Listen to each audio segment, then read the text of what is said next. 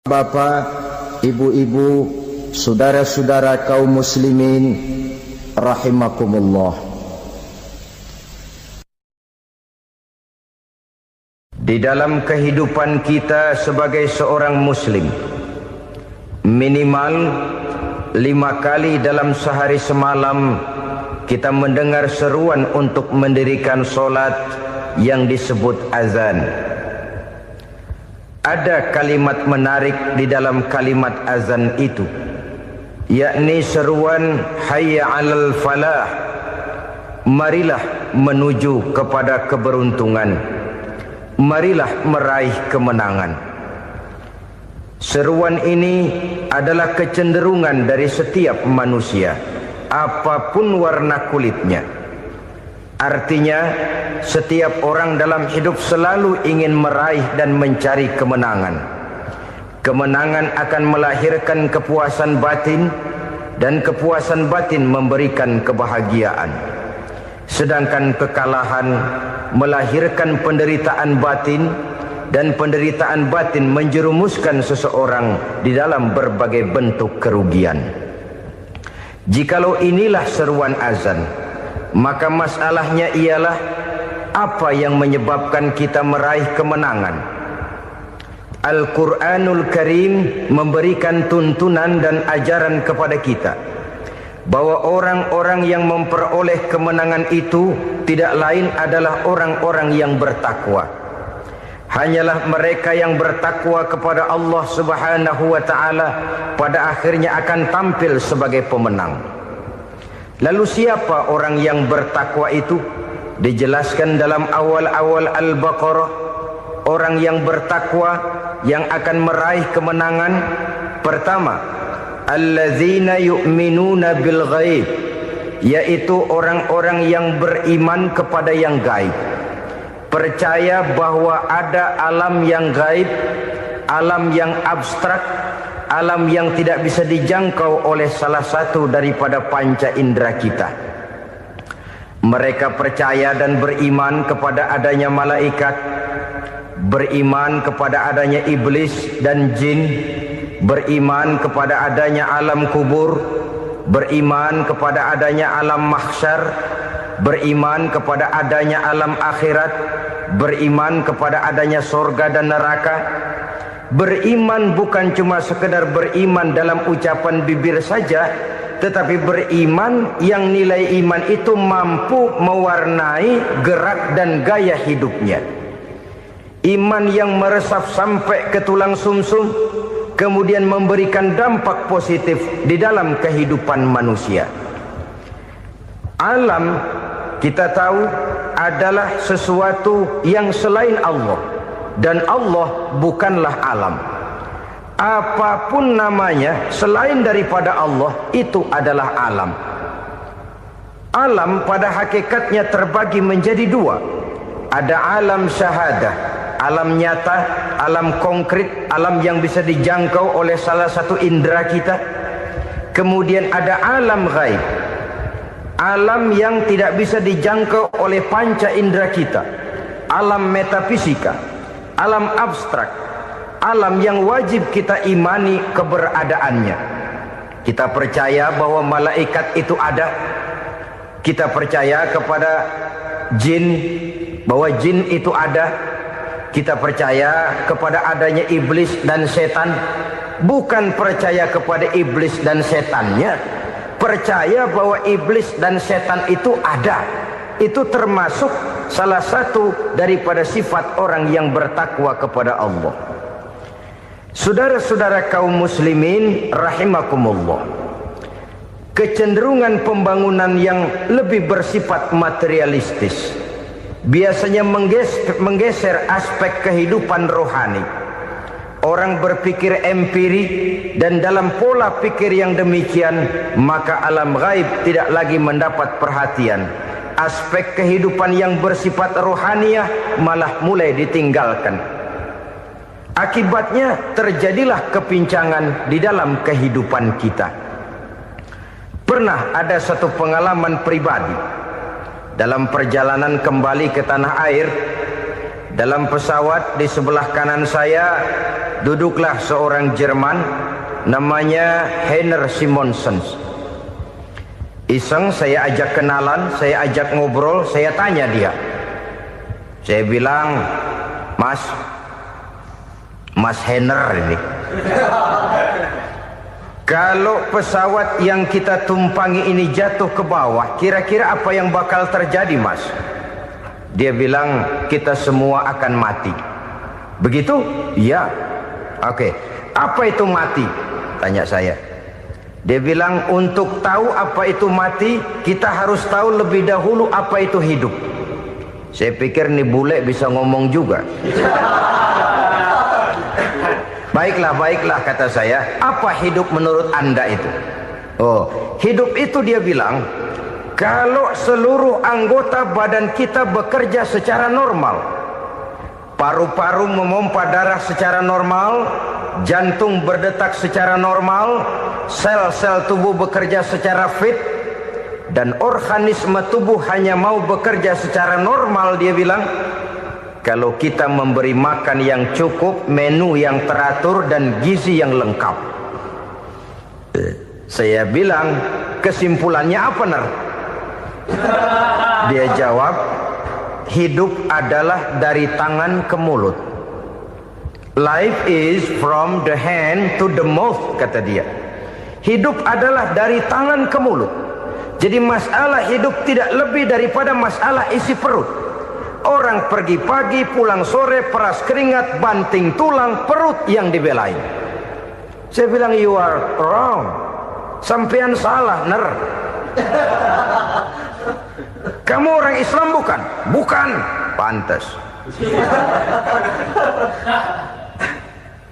Kenapa saya salah? Dia bilang, ya jelas salah. Salahnya di mana? Kamu ini manusia. Kalau hidup cuma dari tangan ke mulut, saya bilang, kambing di kampung saya juga begitu pikirannya, Ner. Itu kambing di kampung saya, asal perutnya kenyang, sudah hidup dia. Perkara besok bagaimana, lusa prospeknya macam mana, bulan depan ada apa, kambing nggak pernah mikir. Di kampung saya kambing juga pikirannya begitu. Kamu Kristen ya? Tadinya. Loh kok tadinya, lalu apa sekarang kamu ini? Dia bilang, sekarang saya netral. Saya tidak beragama, tapi saya percaya kepada Tuhan sebagai pencipta alam. Saya ingat benar dia bilang, I haven't any religious, but I believe to God as the creator of the world. Kenapa bisa netral begitu, Ner? Habis saya bingung katanya. Islam bilang Islam baik, Kristen bilang Kristen baik, Hindu Buddha bilang Hindu Buddha baik, semua agama baik. Saya netral sekalian, nggak beragama. Yang penting saya percaya kepada Tuhan. Saya bilang, Ner, kamu ini kayak orang mau beli celana, lalu bingung. Yang satu bilang Levi's bagus, yang satu bilang Blue Jean hebat, yang satu bilang Wool England hebat. Celana ini hebat, celana itu bagus, celana ini hebat. Semua celana bagus, kamu bingung. Akhirnya netral, tidak pakai celana. Itu juga salah. Saya pikir-pikir, kemudian saya melihat bahwa dua pola berpikir Heiner ini nampaknya sudah mulai menggejala di lingkungan masyarakat bangsa kita. Disadari atau tidak, secara jujur kita harus berkata, dua pola pemikiran Heiner ini mulai berkembang di tengah masyarakat bangsa kita. Pertama, pola pikir materialisme. Hidup adalah dari tangan ke mulut. Masalah hidup tidak lebih masalah isi perut. Itu yang perlu dibela, dan disitulah arti kehidupan. Pergi pagi, pulang sore, peras keringat, banting tulang untuk mempertahankan perut. Kalau sudah kemari cara orang berpikir, maka buat apa percaya kepada yang gaib? Untuk apa sholat? Untuk apa puasa? Untuk apa zakat? Untuk apa menghadiri majelis taklim? Tanpa kepercayaan kepada yang gaib, hidup berjalan menurut alur empiris dan materialis. Kalau sudah ke sana cara orang berpikir, biasanya orang lalu cenderung menghalalkan segala cara. Hanyalah orang yang percaya bahwa akhirat ada. Hanyalah orang yang percaya bahwa alam kubur itu ada. hanyalah orang yang percaya bahwa malaikat itu ada, hidupnya akan lebih terarah dan terkendali. Karena kepercayaan kepada yang gaib, yang merupakan fase daripada kehidupan setelah hidup yang sekarang ini, mewarnai gerak pribadi seseorang di dalam dia melakukan kegiatan hidupnya. Pola berpikir materialisme, disadari atau tidak, mulai menggejala di lingkungan masyarakat bangsa kita. Hidup tidak lebih dari urusan tangan ke mulut, mulut ke tangan, tangan ke mulut. Asal perut sudah kenyang, hiduplah sudah. Perkara bagaimana prospek hari yang akan datang, bagaimana akhirat, tidak jadi persoalan. Ini yang oleh Nabi diperingatkan, ad-dunya sijnul mu'min wa jannatul kafir. Dunia adalah penjara bagi orang beriman dan surga bagi orang kafir. Dulu di zaman Belanda hadis ini pernah disalah tafsirkan, disalah artikan, digunakan sebagai senjata untuk mengkebiri dan membuat impoten umat Islam. Sudahlah umat Islam gak usah macam-macam, kata Belanda. Dunia ini kan penjara buat orang Islam, surga buat orang kafir. Di penjara jangan bertingkah.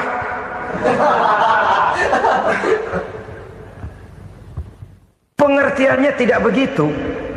Dunia adalah penjara bagi orang mukmin. Artinya dalam kehidupan dunia seorang mukmin tidak bebas memperturutkan hawa nafsunya. Dipenjara hawa nafsunya. Sebaliknya surga bagi orang-orang kafir. Buat orang kafir surgalah dunia ini. Mereka bebas memperturutkan hawa nafsunya. Dilarang tidak terlarang, dicegah pun tidak tercegah. Mereka hidup menurut alur bisikan nafsu mereka sendiri. Kemudian bila ajal datang, maut merenggut nyawa, selesailah surganya sampai di situ. Maka bagi orang-orang yang tidak percaya kepada adanya akhirat, kepada adanya alam gaib, surganya sebatas umurnya. Sekali lagi, surganya sebatas umurnya. Bila umur selesai, ajal pun datang merenggut nyawa, selesailah sudah surganya sampai di situ. Alangkah pendeknya perjalanan orang-orang yang tidak percaya kepada alam gaib ini. Bagi kita mukmin, jikalau kita mampu memenjarakan hawa nafsu, kita bisa bahagia di dunia ini. Dan Islam memang tidak menyuruh kita sengsara di dunia. Raih dunia, kejar dunia, gapai dunia sebagai alat untuk mencapai kebahagiaan di akhirat nanti. Hidup adalah satu perjalanan panjang yang terbentang sejak kita terlahir dari alam rahim sampai kepada alam akhirat nanti. Andai kata kita gagal meraih kebahagiaan di dunia, toh kita masih punya akhirat. Tapi jangan jadi dalil yang melemahkan semangat. Biarin dah kita di dunia kebelangsak, yang penting akhirat. Akhirnya dunia benar-benar kebelangsak. Bagaimana dunia ini bisa kita raih, dan bagaimana meraih dunia untuk menunjang kepentingan akhirat nanti. Yang kedua, dari pikiran Heiner yang saya lihat menggejala di lingkungan masyarakat bangsa kita, timbulnya manusia-manusia netral. Seolah-olah Tuhan yes, agama no. Sama Tuhan percaya, agama ogah. Tuhan ngangguk, giliran agama godeng. Padahal hampir dalam setiap ayat dalam Quran, kata-kata amanu biasanya bergandeng dengan wa amilus sholihat. Iman dan amal soleh. Ini sebagai isyarat Tuhan dan agama jangan pernah dipisah-pisah. Apabila kita bertuhan, maka kita harus beragama. Apabila kita beragama, maka agama itu harus bersumberkan dari Tuhan yang kita imani itu. Tidak mungkin kita pisah, Tuhan yes, agama no. Sama Tuhan percaya tapi agama bikin sendiri. Sembayangnya cukup bengong 2 jam madep ngulon.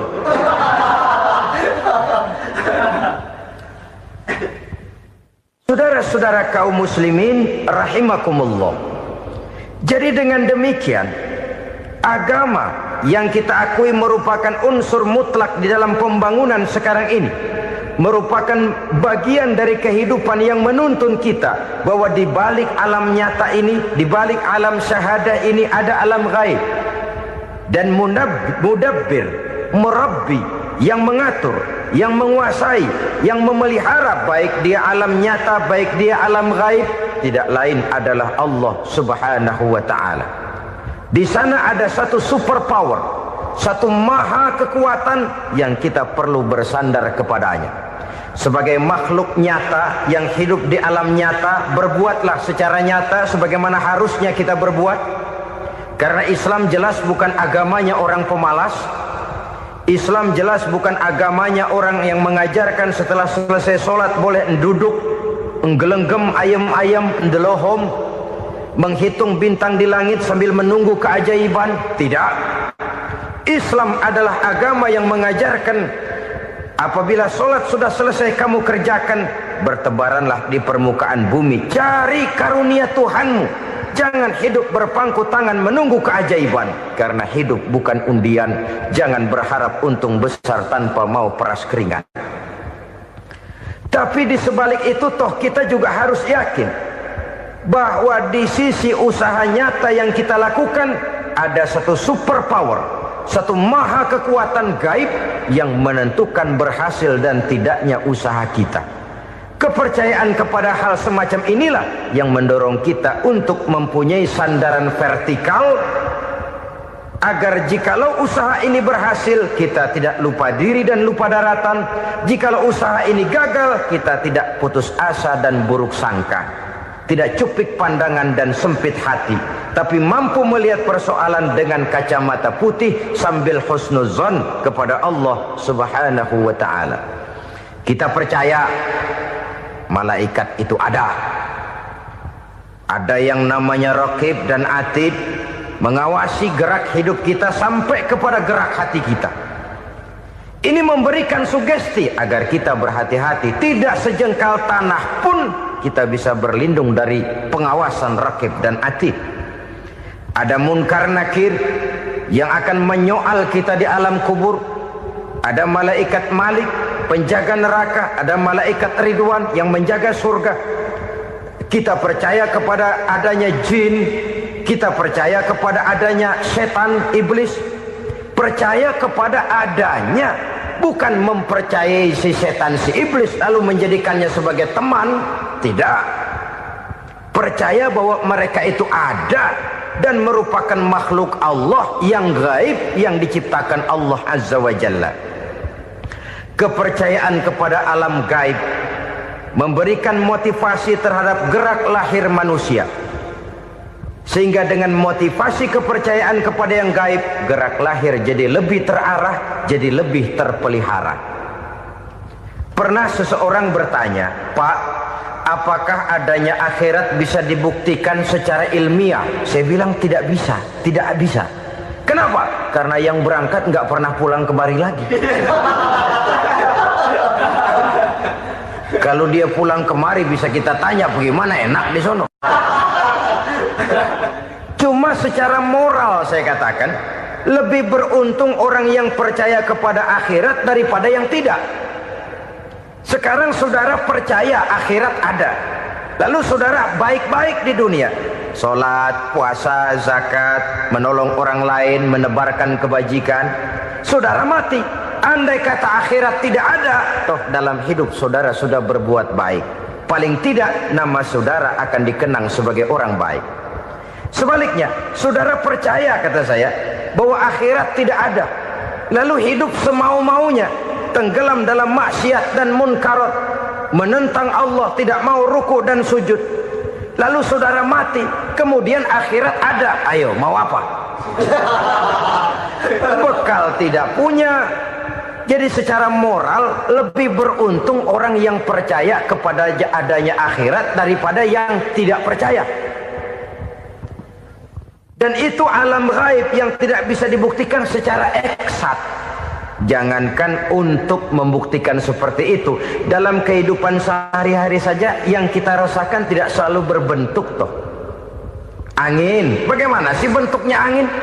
Kita tidak tahu. Merah, buktinya kalau dikerok merah. Yang merah itu kulit, yang kulit kita bukan anginnya. Sakit, rasa sakit itu ada, tapi bagaimana bentuk sakit kita nggak pernah tahu. Kalau kita makan cabai pedas, bagaimana bentuk pedas itu tidak ada, tapi rasa ada. Bentuk pedas hijau, cabenya bukan pedasnya. Tidak semua yang kita rasakan bisa kita gambarkan dalam bentuk yang konkret. Oleh karena itu, sekali lagi bahwa kepercayaan kepada alam yang gaib mampu memberikan satu sugesti yang menata kehidupan seseorang lebih lurus, lebih terarah, dan lebih terkendali. Maka wajar kalau kepercayaan kepada yang gaib mengantarkan seseorang untuk meraih kemenangan. Kenapa? Dia percaya kepada yang gaib, bahwa akhirat ada, bahwa alam kubur ada, bahwa pertanggungan jawab itu ada. Maka dia lalu tidak hidup saenae udele dewe, itu loh. Tidak hidup menurut seleranya sendiri, terarah, teratur. Ini cirinya yang pertama. Orang bertakwa yang akan meraih kemenangan, mereka beriman, mereka percaya kepada yang gaib. Bahkan hal-hal konkret saja selalu berangkat dari yang gaib. Saudara-saudara, para remaja, para pemuda sekarang ini tidak pernah tahu toh siapa yang akan jadi teman hidup saudara. Kita bisa saja ngerancang, mentargetkan, tapi toh akhirnya yang namanya jodoh bukan kekuasaan kita. Rezeki di luar kemampuan kita. Begitu juga ajal. Maut, jodoh, ajal adalah contoh-contoh konkret bahwa pada akhirnya yang gaiblah yang menentukan. Bertahun-tahun ngelancong, emang jodoh seret, nggak jadi.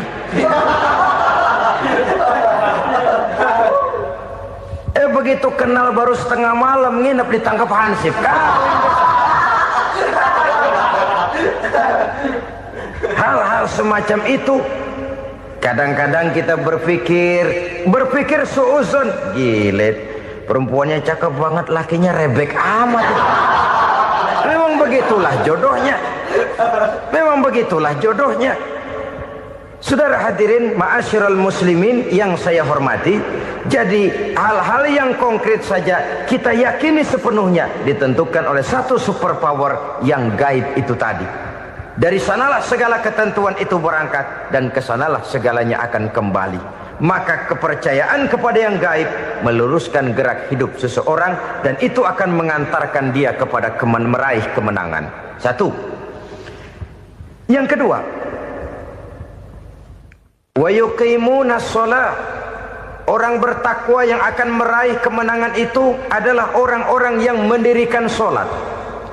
Kenapa sholat mengantarkan orang untuk meraih kemenangan? Yang jelas, inna sholata tanha anil fahsya'i wal munkar. Sholat mampu mencegah manusia dari perbuatan keji dan munkar. Banyak filsafat hidup yang terkandung di dalam sholat ini. Sejak kita wudhu sampai kita menghadap ke arah kiblat, sampai kita melakukan gerak-gerak sholat, bacaan-bacaan yang ada di dalam sholat, lalu sampai kepada mengucapkan salam. Banyak filsafat hidup yang terkandung di dalam sholat. Umpamanya saja, setelah takbiratul ihram mulai kita dengan sholat dalam posisi berdiri, diajarkan dalam kitab-kitab fikih agar kita melihat ke arah tempat sujud. Ini kan filsafat kehidupan. Kalau kamu sholat dalam posisi berdiri, lihat tempat sujud. Jangan sholat mata jelalatan, sebab nanti bisa mengurangi kekhusyuan. Jadi wajar kalau yang dikatakan bahwa yang paling afdol adalah shaf yang di depan. Kenapa? Secara harfiah pengertiannya akan lebih mengundang kekhusyuan. Kenapa? Kalau kita di shaf paling depan di masjid umpamanya paling banter kita lihat tembok. Tapi kalau kita shaf di tengah atau di belakang, orang-orang di depan kita pun akan kelihatan. Yang bajunya loreng, yang bajunya genggang, yang bajunya macam-macam. Kita lihat, kadang-kadang kita pikirin, ada yang bajunya bolong. Kita sholat tapi dalam hati, nih orang bajunya robek yang nggak tahu apa. Ada saja hal-hal yang mengusik kekhusyuan kita.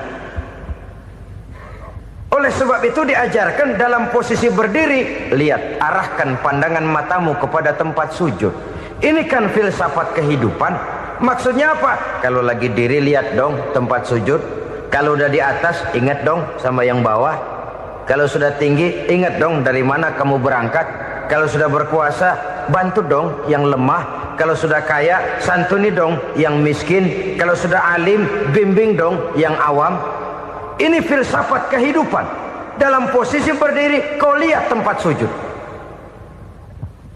Ini akan melahirkan kepekaan sosial di mana seseorang mau tahu kepada orang lainnya.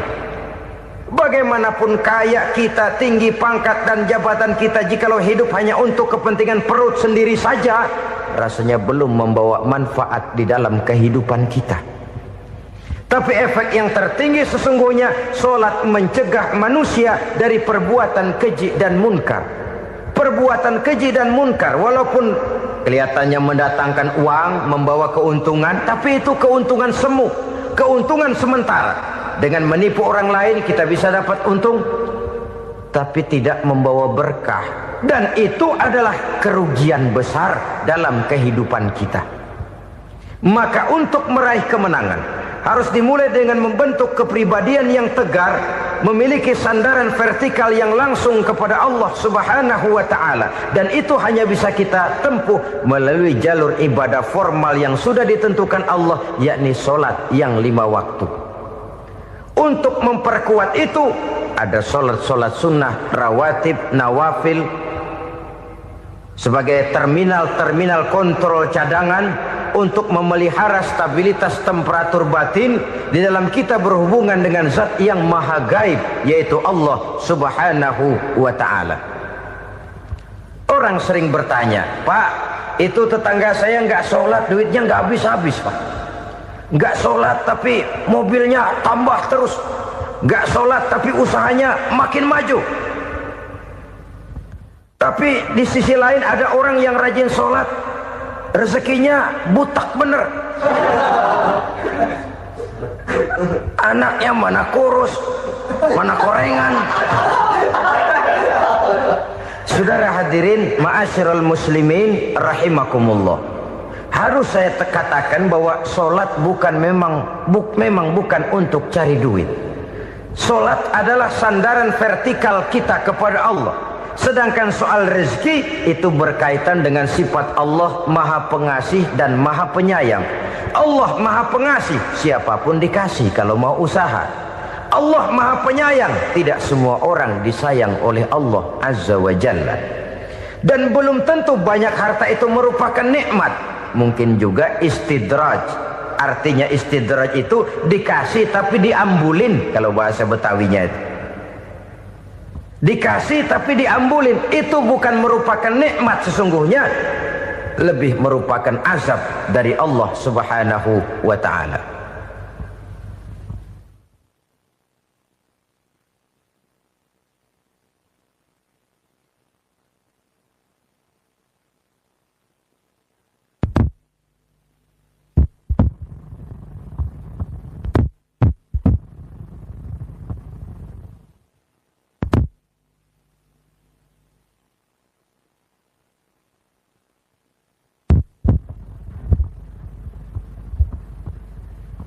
Agama mempunyai sistem solat, dan kita umat Islam telah dituntun oleh Allah Subhanahu wa ta'ala yang wajibnya 5 kali dalam sehari semalam mendirikan solat, dan itu tentu berada dalam jangkauan kemampuan manusia. Pada awalnya barangkali kita memang merasa solat itu satu kewajiban, tapi semakin kita hayati makna, manfaat dan filsafat yang terkandung di dalam ajaran solat, semakin sampai kita kepada keyakinan bahwa solat adalah keperluan kita. Sehingga pada waktu tertentu dinilai puncaknya, kita tidak lagi akan berkata saya wajib solat, tapi kita akan berkata saya perlu solat. Kalau kita sudah merasakan itu adalah keperluan kita, nah di sanalah kita baru akan merasakan ruginya kalau hal itu tidak kita laksanakan. Sepanjang kita masih berkata saya wajib sholat, kita akan lebih merasakan dia sebagai beban ketimbang sebagai keperluan. Yang jelas Allah tidak memerlukan ibadah yang kita laksanakan ini. Dengan kata lain, andai kata satu dunia penuh ini orang tidak ada yang sholat satu pun, Allah tidak akan turun dari jabatan Tuhan. Jangan lalu berpikir kalau kita ngambek se-RW kagak sembahyang Tuhan tekor kali ini ya. Tentu tidak. Itu perlunya kita, bukan perlunya Allah. Dan pada induknya kita akan berkata, saya perlu agama. Kalau secara induk kita sudah memerlukan agama, maka konsep-konsep yang ada di dalam ajaran agama itu pun adalah juga merupakan keperluan kita. Baik dia bernama sholat, baik dia bernama puasa, baik dia bernama zakat, baik dia bernama haji, seluruhnya adalah keperluan kita. Dan sesuatu yang kita perlukan apabila tidak kita laksanakan akan melahirkan kerugian di dalam kehidupan. Jangan heran kalau kita membaca riwayat perjalanan hidup para salafus soleh, orang-orang soleh.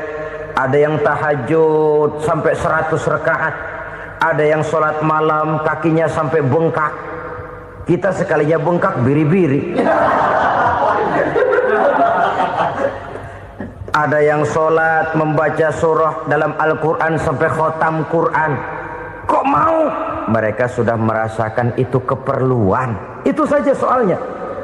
Satu saat pun jikalau kita merasa bahwa itu keperluan saya, kita pun akan melaksanakan seperti itu. Keperluan saya dalam kehidupan. Inilah yang kedua. Yang ketiga, orang bertakwa yang akan meraih kemenangan itu, wa mimma razaqnahum yunfikun. Mereka membelanjakan sebagian daripada rezeki yang diberikan Allah kepada mereka. Mereka infakkan di jalan Allah. Ada satu dialog menarik. Satu hari seorang anak muda bertemu dengan seorang kakek-kakek yang sudah dikenalnya baik. Bertanyalah anak muda ini, "Kek, umur kakek berapa tahun?" 15 tahun, kata si kakek. "Anak kakek berapa orang?" 1. "Harta kakek berapa banyak?" 15 juta. Si anak muda ini bengong. Lalu protes, "Kok kakek bohongin saya?" "Kenapa?" "Saya tahu umur kakek 70 tahun. Kenapa ngaku 15? Saya tahu anak kakek 5. Kenapa bilang 1? Saya tahu kakek miliuner, miliaran uang kakek. Kenapa ngaku cuma 15 juta? Begini, kata si kakek tadi. Benar, umur saya 70 tahun. Tapi dari umur yang 70 tahun itu baru 15 tahun terakhir ini saya merasakan ibadah kepada Allah. Meninggalkan maksiat, jauh dari segala macam munkarat. Maka yang 15 tahun inilah yang benar-benar saya rasakan sebagai umur saya. Benar anak saya 5, tapi yang 4 susah diatur. Cuman 1 rasanya nih yang bakal jadi si buah hati belahan jantung pelanjut cerita penerus sejarah. Cuma 1 ini yang saya harapkan, yang akan jadi anak soleh, yang akan membuat saya menerima pensiunan pahala. Kalau yang 4 apek dah, nggak ada harapan. Yang 1 nyekek botol melulu. Oh begitu, iya. Lalu kenapa kakek bilang harta kakek cuma 15 juta padahal saya tahu kakek uangnya miliaran, depositonya banyak? Ya karena 15 juta itulah yang saya ingat yang pernah saya belanjakan di jalan Allah. Saya merasa itulah harta saya yang sebenarnya. Yang miliaran yang saya simpan di bank kelak, kalau satu saat saya mati akan jadi rebutan di antara anak-anak saya.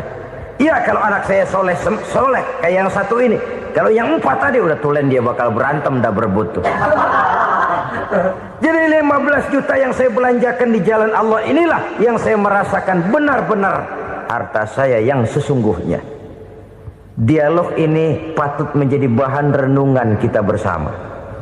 Diberikan kita umur 40, 50, 60, 70, 80. Berapa tahun dari umur yang diberikan itu yang jalan mulus, yang kita gunakan untuk melaksanakan ibadah? Banyak harta kita simpan di bank, di lemari, di dompet, di tas. Tapi berapa yang sudah kita depositokan di jalan Allah yang akan menemani kita di hari kita kembali nanti? Maka orang bertakwa yang akan meraih kemenangan, wa mimma razaqnahum yunfikun, mereka membelanjakan sebagian dari rezeki yang diberikan Allah di jalan Allah subhanahu wa ta'ala. Ma'asyiral muslimin rahimakumullah, zahirnya memang kita memberikan kepada orang lain, tapi hakikatnya kita menyimpan untuk diri kita sendiri. Kita memberikan kepada yatim piatu 25.000. Zahirnya kita memberikan si yatim, hakikatnya kan kita cuma nyimpan. Saya berikan, titip kepadamu, ini untuk saya di akhirat. Kau boleh belikan baju, kau boleh belikan untukmu makan, kau boleh bayarkan sekolahmu. Ini untuk saya. Hakikatnya kita nyumbang masjid 1 juta, zahirnya kita berikan kepada panitia masjid, tapi hakikatnya kan cuma titip. Titip 1 juta ya, untuk saya di alam kubur nanti. Silahkan kau boleh belikan semen, ini uang, belikan besi, belikan pasir. Saya cuma sekedar titip untuk kepentingan saya. Hakikatnya kita cuma sekedar menitip. Sebagaimanapun pada hakikatnya, apapun yang kita miliki dalam kehidupan kan cuma sekedar hak guna pakai, bukan hak milik mutlak. Harta kita, rumah kita, kendaraan kita, kebun kita, pabrik kita, hak guna pakai saja. Hak milik mutlak cuma untuk Allah subhanahu wa ta'ala. Saudara-saudara kaum muslimin rahimakumullah, ini yang ketiga. Kemudian yang keempat, orang-orang bertakwa yang akan meraih kemenangan,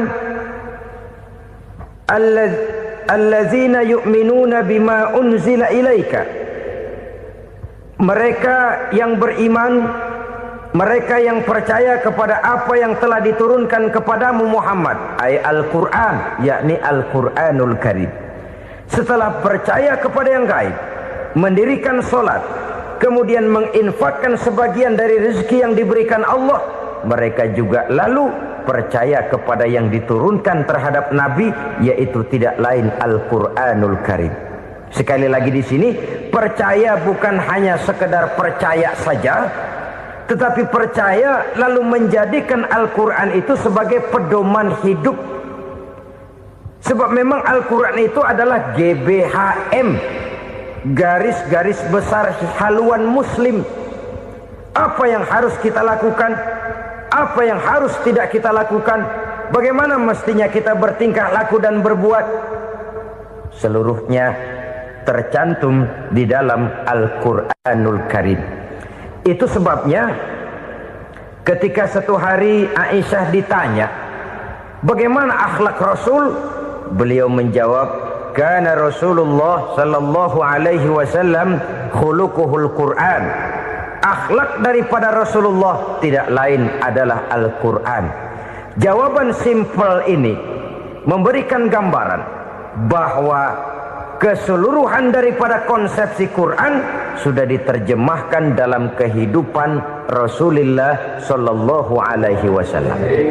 Karena kita tahu akhlak adalah keseluruhan dari gerak hidup manusia. Sejak ia berpribadi, berumah tangga, bertetangga, bermasyarakat, sampai kepada berbangsa dan bernegara, Al-Quran tetap memberikan sentuhan nilainya. Oleh karenanya, orang-orang yang bertakwa adalah orang-orang yang menjadikan Al-Quran sebagai pedoman dalam kehidupannya. Dan kita yakini Al-Quran diturunkan kepada Nabi Muhammad bukan merupakan produk Nabi Muhammad. Isi dan redaksinya langsung dari Allah subhanahu wa ta'ala. Kemudian cirinya yang kelima, orang bertakwa yang akan meraih kemenangan itu, wa ma unzila min qablika. Tidak hanya sekedar percaya kepada yang diturunkan terhadap Nabi Muhammad, yaitu Al-Quran, mereka juga percaya kepada apa yang pernah diturunkan kepada para nabi, kepada para rasul sebelum Nabi Muhammad. Percaya kepada adanya suhuf, percaya kepada adanya Taurat, percaya kepada adanya Injil, percaya bahwa Allah dahulunya sudah menurunkan Taurat kepada Musa, percaya bahwa Allah sudah menurunkan Injil kepada Isa, percaya Injil ada, Taurat ada, diturunkan Allah untuk Isa dan Musa, tetapi tidak wajib mengamalkannya karena kita sudah diberikan Al-Quranul Karim. Ini yang perlu saya garis bawahi. Kita percaya Allah telah menurunkan Injil dahulu kepada Isa. Kita percaya bahwa Allah telah menurunkan Taurat dahulunya kepada Nabi Musa. Kadang-kadang ini dijadikan dalih, dikacaukan pengertiannya.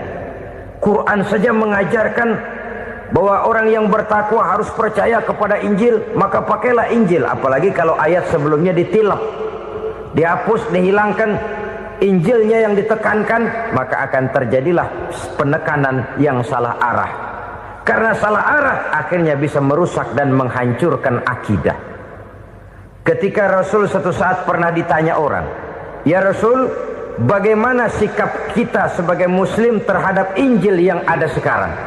Beliau menjawab, "La tukadzibuhu jami'an wa la tusaddiquhu jami'an." Jangan didustakan seluruhnya, jangan juga dibenarkan semuanya. Artinya, ini sudah merupakan gambaran dari Rasul bahwa dalam Injil yang ada sekarang masih ada ajaran-ajaran tauhid yang dibawa oleh Nabi Isa dan diajarkan kepada umatnya. Tapi juga dalam Injil yang sekarang ini sudah terkena intervensi dan investasi manusiawi. Karena itu Rasul menyimpulkan, la tukadzibuhu jami'an wa la tusaddiquhu jami'an. Jangan didustakan semua, jangan dibenarkan seluruhnya. Kita memang percaya Allah telah menurunkan Injil kepada Nabi Isa dulu, tapi kita tidak wajib mengamalkan Injil. Kita percaya Allah telah menurunkan Taurat kepada Nabi Musa, tapi kita tidak wajib mengamalkan kitab ajaran Taurat. Yang wajib kita percayai dan kita amalkan hanyalah Al-Quranul Karim. Kenapa? Oleh karena baik yang ada di dalam Taurat, baik yang ada di dalam Injil, tentu tercakup di dalam Al-Quran sebagai kitab terakhir yang diturunkan oleh Allah Subhanahu wa Ta'ala. Dan itu wajar. Kalau seorang pejabat mau mengeluarkan satu keputusan baru, tentu dia harus meninjau keputusan-keputusan lama. Andai kata dianggap tidak berlaku, dianggap tidak relevan lagi, maka keputusan-keputusan lama itu tentu sudah dianggap tidak berlaku. Sebagian daripada aturan-aturan dalam keputusan lama yang masih dianggap relevan tercantum dalam keputusan baru yang wajib diamalkan. Begitulah hubungannya antara Al-Quran, Taurat, Zabur, dan Injil. 4 kitab samawi yang diturunkan Allah masing-masing kepada Zabur untuk Nabi Daud, Taurat untuk Nabi Musa, dan Injil untuk Nabi Isa alaihi wassalatu wassalam. Ketiga-tiga kitab itu kita percayai adanya. Kita yakini Allah telah menurunkan Zabur, Taurat, dan Injil. Tapi kita tidak wajib mengamalkannya. Yang wajib kita mengamalkannya sekarang ini tidak lain hanyalah Al-Quranul Karim saja. Karena ia mencakup apa yang ada di dalam Zabur, apa yang ada di dalam Taurat, dan apa yang ada di dalam Injil. Keotentikannya bisa dipertanggungjawabkan. Ya, tapi kan Nabi Muhammad sudah mati 14 abad yang lalu, dan di zaman beliau Al-Quran kan belum dikodifikasikan, belum ditulis. Bagaimana keotentikannya bisa dipertanggungjawabkan? Mudah saja. Allah berjanji, "Inna nahnu nazzalna dzikra wa inna lahu lahafizun." Kami yang menurunkan Al-Quran dan kami yang akan menjaga dan memeliharanya. Allah turunkan Quran, Allah menjaganya. Bagaimana cara Allah menjaga Al-Quran itu? Banyaknya orang-orang yang hafaz Al-Quran. Hafaz Al-Quran 30 juz, 114 surah, 6.666 ayat. Sehingga jangankan satu kata, Jangankan satu ayat, satu kalimat saja berubah, sudah akan timbul reaksi dan mudah dimengerti. Kenapa? Banyak orang-orang yang hafaz Al-Quran. Sedangkan pada setiap akhir tahun biasanya malaikat Jibril selalu mengadakan checking terhadap ayat-ayat yang diturunkan pada waktu itu. Di zaman Nabi sendiri sudah ada usaha kodifikasi. Dan yang lebih luar biasa lagi, sampai hari ini tidak seorang pun mampu membuat satu ayat saja semacam Al-Quran. Ke bahasa manapun dia diterjemahkan, naskah aslinya tetap ikut. Rujukan dasarnya tetap ada. Berdasarkan itu, maka tidak mungkin terjadi penyelewengan terhadap atau pemalsuan terhadap ayat-ayat Al-Quranul Karim. Kesuciannya, keotentikannya, kemurniannya bisa dipertanggungjawabkan. Ma'asyiral muslimin rahimakumullah. Oleh karenanya, konsepsi dasar daripada ajaran Islam ini memang tidak lain adalah Al-Quran dan Sunnah. Isi daripada agama Islam yang merupakan iman, Islam dan ihsan, konsepsi dasarnya tidak lain adalah Al-Quran dan Sunnah Rasulullah Sallallahu Alaihi Wasallam. Maka yang kita perlukan sekarang ini adalah terjemahan Al-Quran di dalam kehidupan kita. Dengan demikian, maka gaya kehidupan yang lebih Qurani itulah yang kita dambakan. Kita perlu memang terjemahan Quran dalam bahasa Inggris, dalam bahasa Belanda, dalam bahasa Jepang, tapi yang lebih kita perlukan adalah terjemahan Quran di dalam kehidupan kita. Konsekuen, tidak memanipulasi, ringan sama kita jinjing, berat sama kita pikul. Jangan kalau lempengan ayat Quran itu kira-kira enak diamalin, keras teriakan kita. Giliran kira-kira ayat Quran itu mukul kepala kita sendiri, diam kita. Itu ciri yang pernah disindir Allah dalam awal-awal Baqarah juga. Ciri beragamanya orang yang munafik. Kullama adha'a lahum masyawfih, kata Allah. Wa iza azlama alaihim qamu. Apabila terang mereka jalan, apabila gelap mereka berhenti. Artinya, kalau kira-kira di Islam nguntungin, rame-rame pada teriak Islam. Tapi ketika diminta untuk berjuang, ketika dituntut untuk berkorban, rame-rame mengundurkan diri. Nasib agama tidak ubahnya seperti daun pisang yang dikait orang di tepi jalan lantaran tak berpayung di ketika hari hujan. Manakala hujan usailah sudah, daun itu pun dicampakkan di tepi jalan, diinjak pula orang nan lalu. Artinya, orang menjadikan agama cuma sebagai lipstick, decoration only, tidak konsekuen. Hanya pada saat-saat kelihatannya Islam membawa keuntungan, rame-rame orang teriak-teriak tentang Islam. Tapi jikalau diminta berjuang, jikalau dituntut untuk berkorban, biasanya rame-rame juga mengundurkan diri. Jangan heran kalau mayoritas hitungan kita, tapi minoritas peranan kita.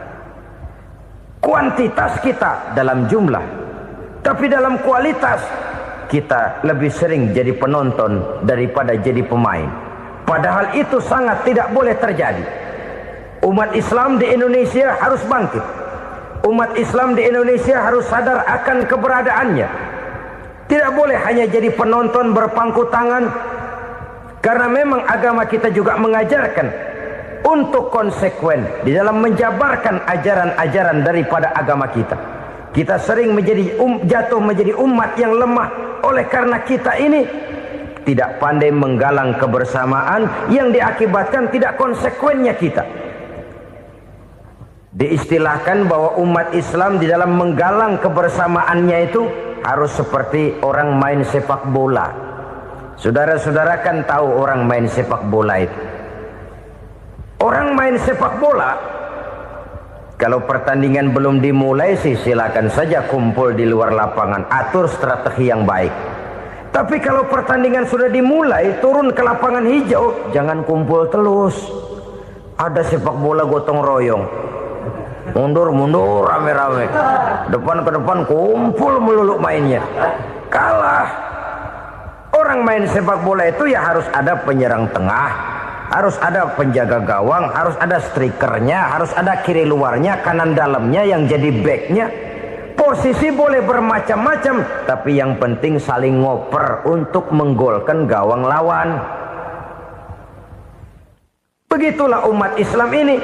Boleh ada yang jadi pejabat, boleh ada yang jadi pengusaha, boleh ada yang jadi petani, silakan ada yang jadi seniman, ada yang jadi penyair, ada yang jadi artis sekalipun. Tapi kalau sudah berhasil menguasai bola, jangan lupa operannya. Operan itu yang langka. Kita ini muslim kadang-kadang kalau sudah memegang menguasai bola, kalau belum mau mampus, belum mau ngoper. Nanti kalau sudah nggak punya bola, baru mau ngoper. Kalau sudah dengar-dengar mau dekat pensiun, baru mau jihad, baru mau berjuang, baru mau ngurus pesantren. Tanda tangan sudah tidak laku, memo sudah tidak dihargai, baru mau berjuang. Kemarin kemana mas? Kita tidak pandai memanfaatkan posisi. Dengan kata lain, kalau kembali kepada persoalan kita, konsekuensi kita terhadap agama yang kita anut ini belum ideal. Kita masih lebih sering berislam ini pada saat-saat yang menurut perhitungan kita membawa keuntungan. Tapi kalau diminta berjuang, dituntut berkorban, yang itu pun hakikatnya adalah untuk kepentingan kita juga. Allah tidak pernah menuntut kita untuk jihad bagi kepentingan Allah, itu tidak. Berjuang menegakkan agama Allah, apakah untuk kepentingan Allah? Tidak. Untuk kepentingan kita. Sebab nilai-nilai jihad itu pada akhirnya akan membawa kita kepada suatu kebahagiaan. Setidaknya kalau tidak di dunia, tentu di akhirat sebagai syahid. Oleh karena itu, pada bagian akhir ini saya ingin mengajak, marilah kita konsekuen. Sekali kita berkitabkan Al-Quranul Karim, mari dia kita jadikan pedoman. Jangan cuma kita jadikan sebagai penghias dinding, pelengkap rumah, bahwa di rumah kita ada Al-Quran, tapi yang baca kecoa. Habis pada bolong tuh Quran. Yang penting kan punya Quran. Ditaruh di pintu rumah. Biar apa? Biar kuntilanak kagak masuk katanya. Ya apa itu nasib Quran, cuma kerjanya jaga pintu, ngusir kuntilanak, ngusir memedi.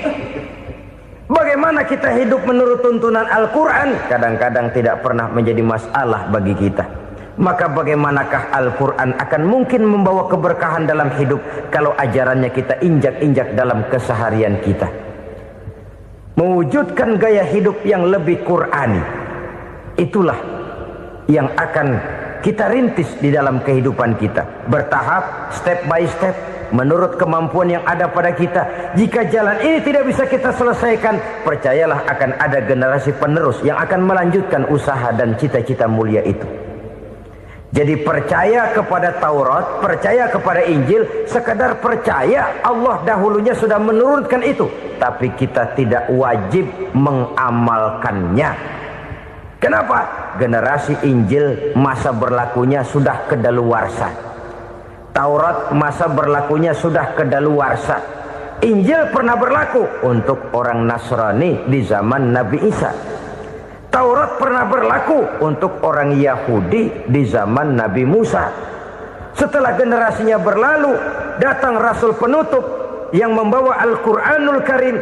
Maka Al-Quran itulah yang berlaku menjadi pedoman sampai hari akhir nanti.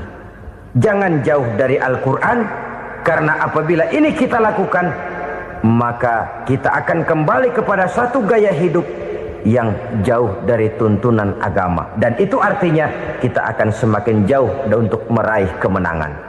Saudara-saudara kaum muslimin rahimakumullah. Yang keenam, yang terakhir, orang-orang bertakwa yang akan meraih kemenangan itu wabil akhirati hum yuqinun. Mereka percaya, mereka yakin seyakin-yakinnya akan adanya hari akhir, di mana seseorang akan mempertanggungjawabkan seluruh perbuatannya di dalam hidup ini. Dan tidak ada satu perbuatan yang bagaimana kecilnya sekalipun yang tersembunyi dalam pandangan manusia yang tidak akan dibukakan persoalannya di mahkamah Qadi Rabbul Jalil di akhirat nanti. Itulah sebabnya maka percaya kepada akhirat disebut secara khusus. Padahal di awal tadi sudah dijelaskan yu'minuna bil ghaib, percaya kepada alam gaib, dan alam gaib ini termasuk akhirat. Kenapa pada bagian akhir disebut lagi akhirat? Karena ternyata bahwa kepercayaan kepada adanya akhirat merupakan induk dari kepercayaan terhadap adanya malaikat, setan, jin dan lain sebagainya, dan akan lebih memberikan sugesti dalam kehidupan manusia untuk meluruskan gerak hidupnya. Jikalau satu saat tergerak hati akan berbuat kejahatan, ingin mencuri, sadarlah, awas ada akhirat. Sebab kalau kita cuma teriak awas ada polisi, itu cuma tertunda sementara. Begitu polisi meleng, embat. Kalau kita ingin berbuat jahat cuma berteriak awas ada hansip, cuma sementara ketika hansip itu ada. Tapi kalau ceritanya awas ada akhirat, mau menyeleweng awas ada akhirat, mau berjudi awas ada akhirat, mau mencuri awas ada akhirat. Keyakinan yang akan meluruskan gerak hidup manusia sehingga gerak itu jadi lebih terarah dan terkontrol, tidak merugikan baik diri sendiri, lebih-lebih orang lain. Ternyata bahwa kepercayaan kepadanya adanya hari akhirat sanggup menjadi sumber daya kontrol dari kehidupan manusia, sehingga ia tidak terjebak dalam perbuatan maksiat dan munkarat. Saudara-saudara kaum muslimin, inilah saja yang kita bicarakan pada pertemuan kali ini. Semoga Allah subhanahu wa ta'ala memberikan kekuatan zahir dan batin kepada kita. Amin. Untuk dapat meraih kemenangan dengan beriman kepada yang gaib, mendirikan solat, membelanjakan sebagian dari rezeki yang diberikan Allah, percaya kepada Al-Quran, beriman kepada kitab-kitab yang diturunkan sebelum Al-Quran, lalu meyakini adanya hari akhirat. 7 macam perkara yang merusak akidah dan keimanan, merusak amal perbuatan yang sudah kita kerjakan, merusak sendi-sendi kehidupan sosial, pendek kata merusak segala hal di dalam kehidupan kita. Jauhilah olehmu 7 macam perkara yang merusak. Yang pertama, asyirku billah, menyekutukan Allah subhanahu wa ta'ala. Agama dimulai dari keyakinan, maka kehancuran agama selalu dimulai dari kehancuran keyakinan, iman atau akidah yang dimiliki oleh seseorang. Dan untuk menghancurkan nilai-nilai iman yang kita miliki ini, orang rasanya tidak akan menghantam kita dengan peluru kendali. Orang tidak akan mengirimkan nuklir ke sini. Orang tidak juga akan mengirimkan satuan militernya ke sini. Untuk menghancurkan nilai-nilai iman, dibanjiri kita dengan paham-paham yang merusak dan mendangkalkan akidah.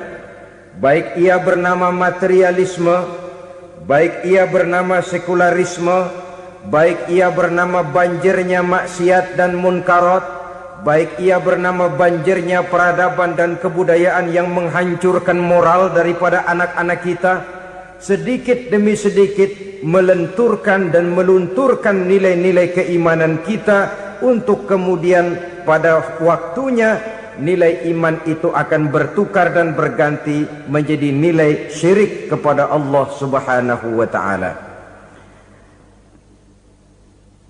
Atau pada sisi lain, menjadikan yang selain Allah sebagai tujuan akhir daripada kehidupan kita.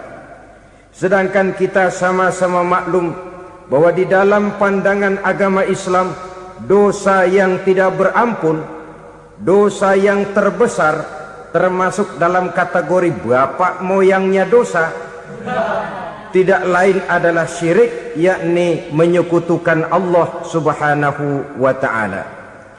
Pola penghancuran iman ini memang berstrategi. Ditawarkan kita kepada paham materialisme, paham kebendaan, di mana otak menempati urutan sebagai ranking pertama, Tuhan jatuh pada urutan kedua. Lalu menyusul kepada paham sekularisme, Allah dipisahkan dari seluruh kegiatan hidup ini, untuk pada gilirannya menjadikan yang selain Allah sebagai tujuan akhir daripada seluruh kegiatan hidup kita. Oleh karenanya, kewajiban menjaga nilai-nilai iman ini merupakan kewajiban yang mulia tetapi berat, tidak hanya untuk kita, tetapi juga bagaimana mewariskannya kepada anak-anak kita, generasi yang akan datang. Orang-orang tua bijaksana yang diceritakan di dalam Al-Quran, kalau sudah berpikir tentang anak-anaknya, pertanyaan yang paling mereka risaukan ialah, ma ta'buduna min ba'di. Anakku, kalau pada satu saat aku, ayahmu sudah tidak ada lagi di dunia ini, meninggalkan kamu semua, ma ta'buduna min ba'di, apa yang akan kamu sembah nak? Jikalau sekarang ayahmu masih mau ke masjid, masih mau melakukan rukuk dan sujud, masih beribadah menyembah Allah Subhanahu wa ta'ala, kalau orang tuamu sudah tidak ada, ma ta'buduna min ba'di, masihkah engkau mau datang ke masjid? Masihkah engkau mau rukuk dan sujud? Masihkah engkau mau menyembah Allah Subhanahu wa ta'ala? Pertanyaan ini yang dipikirkan oleh Nabi Yakub kepada putra-putranya. Pertanyaan ini yang diteruskan oleh Nabi Ibrahim kepada anak-anaknya. Pertanyaan ini yang diwariskan oleh generasi ulama salafus saleh kepada para generasi berikutnya. Bagaimana kita generasi sekarang? Kita orang-orang tua sekarang bukan berfikir ma ta'buduna min ba'di, malah yang kita fikirkan ma ta'kuluna min ba'di. Kalau bapak tidak ada nanti kamu makan apa nak? Perkara kamu nyembah apa, urusan nomor 18. Yang penting kamu nanti hidup bisa makan nak. Maka kita sibuk mewariskan harta kepada anak-anak kita. Kita sibuk mewariskan kebun dan tanah kepada anak-anak kita.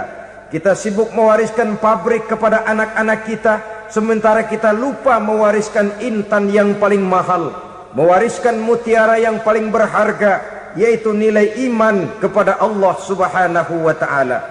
Alangkah baiknya apabila warisan harta, warisan tanah dan kebun, warisan rumah dan pabrik didasari lebih dahulu dengan mewariskan nilai iman kepada Allah Subhanahu wa ta'ala. Sebagai orang-orang tua, kita boleh bersedih kalau anak kita tidak mengerti komputer. Kita boleh bersedih kalau anak kita tidak mengerti matematika. Kita boleh bersedih kalau anak kita tidak mengerti bahasa Inggris. Tapi sewajarnya lebih bersedihlah kita orang tua jikalau mempunyai anak yang tidak kenal Allah sebagai Tuhannya, yang kemudian tidak mau rukuk dan sujud kepada Allah Tuhannya. Itulah kemalangan yang paling malang bila kita meninggalkan generasi yang tidak bertauhid kepada Allah Subhanahu wa ta'ala. Betapapun anak kita tidak ngerti komputer, saudara, paling-paling kerugiannya cuma kerugian dunia. Masuk dia ke alam barzakh, munkar nakir tidak akan sempat tanya kau belajar komputer apa tidak. Kumpul dia di padang mahsyar, malaikat juga tidak akan tanya matematikamu nilainya berapa. Yang ditanya kau kenal Allah, kau rukuk dan sujud kepadanya, kau pernah datang ke masjid. Oleh karena itu sekali lagi, menjaga nilai iman tidak hanya untuk kita, tetapi juga mewariskannya kepada anak-anak kita, generasi yang akan datang. Sungguh kemalangan yang paling besar apabila kita meninggalkan anak-anak kita. Mereka kita tinggalkan lemah ekonominya, itu tidak baik. Mereka kita tinggalkan lemah otaknya, itu pun akan membuat mereka tertinggal oleh yang lain. Tapi yang paling celaka, jikalau kita tinggalkan mereka dalam kondisi lemah imannya, rapuh akidahnya, tidak baik dan tidak betul keyakinan hidupnya. Oleh karena itu Nabi berpesan, jauhilah 7 perkara yang merusak. Yang pertama, syirik kepada Allah Subhanahu wa ta'ala, menyekutukan Allah baik dalam ucapan, dalam keyakinan ataupun dalam perbuatan. Ini perkara pertama yang termasuk 7 perusak besar di dalam kehidupan. Kalau sudah jatuh kita ke lembah syirik, bagaimanapun banyak kebaikan yang kita kerjakan, berjiwa sosial, bertangan pemurah, gemar menolong orang lain, kalau memang dasarnya syirik, maka seluruh kebaikan kita akan hancur, tidak akan ada nilainya dalam pandangan Allah Subhanahu wa ta'ala. Dalam pandangan manusia, mungkin kita dicatat sebagai orang sosial, gemar menolong orang lain, tidak berpangku tangan melihat orang yang mendapat kesulitan, tapi oleh karena dasarnya syirik, dasarnya tidak mentauhidkan Allah, maka seluruh nilai kebaikan yang kita kerjakan tidak akan ada nilainya dalam pandangan Allah Subhanahu wa ta'ala. Maka jagalah iman kita jangan sampai dihinggapi penyakit syirik yang bagaimana kecilnya sekalipun.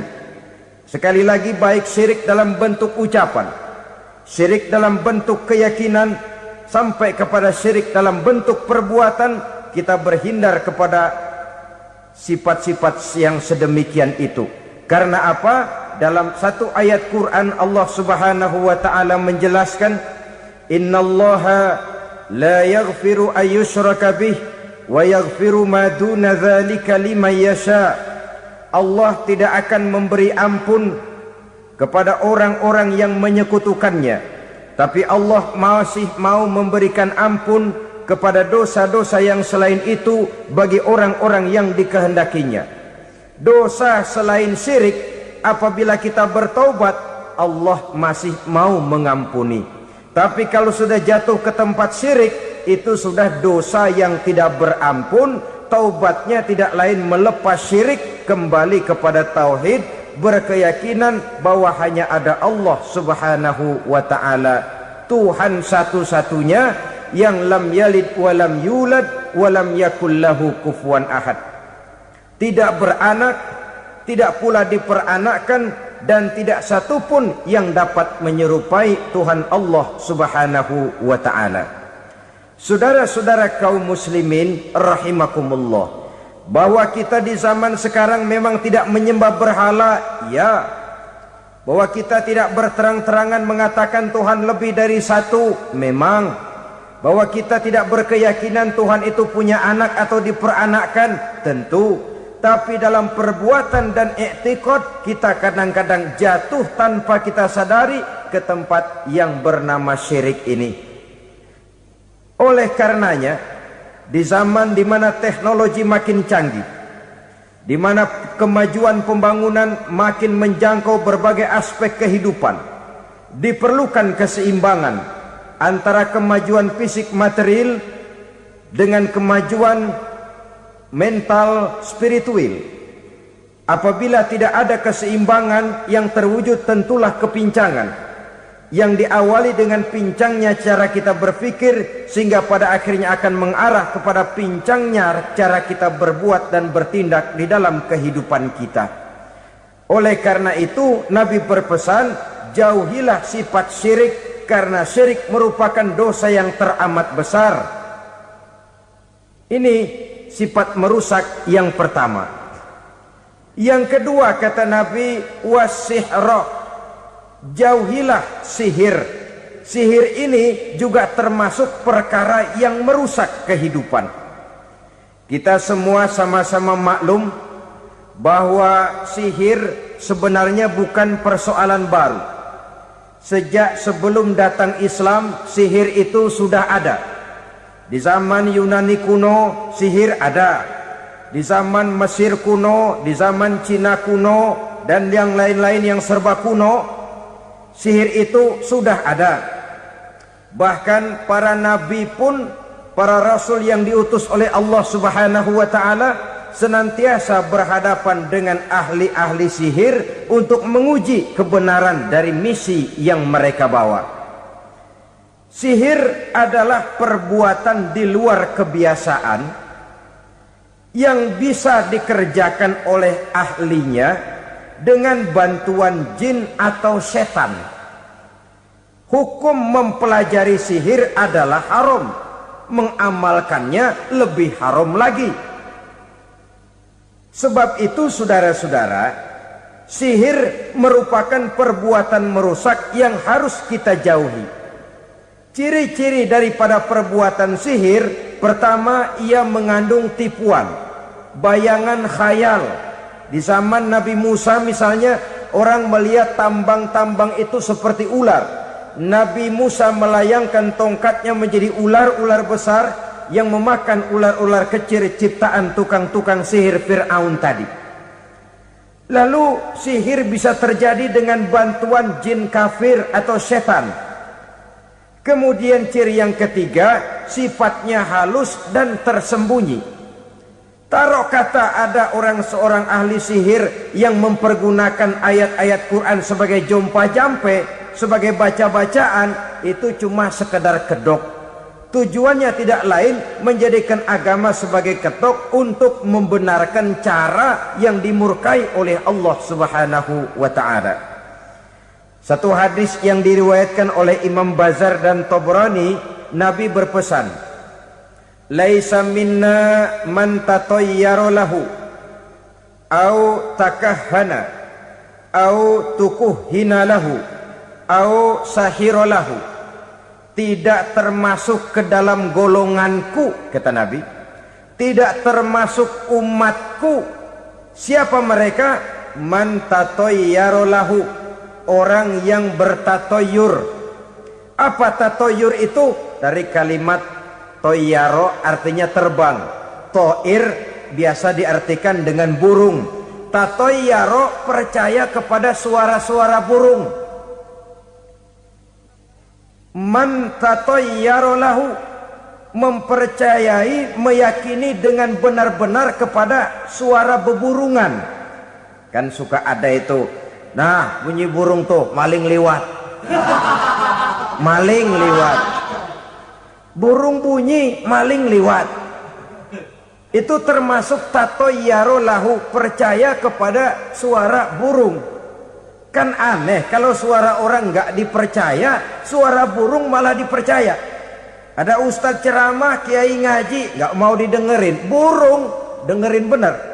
Nah, suaranya dari sebelah mana? Belah kulon. Nah, itu tandanya anu.